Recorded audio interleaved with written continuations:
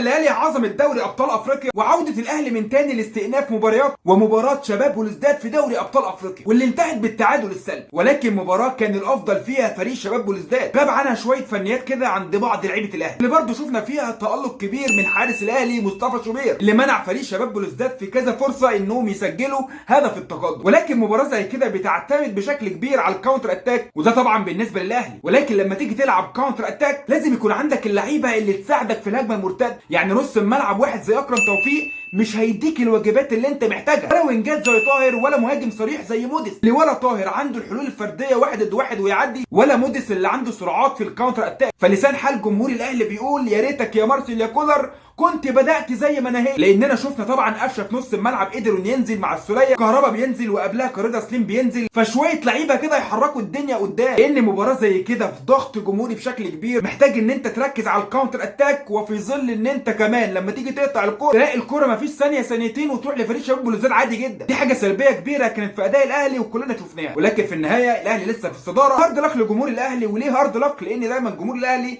متعود على الفوز، بالنسبه له مباراه التعادل دي هي خساره، ولكن القادم افضل ان شاء الله للنادي الاهلي. وكفايه عظمه لحد كده.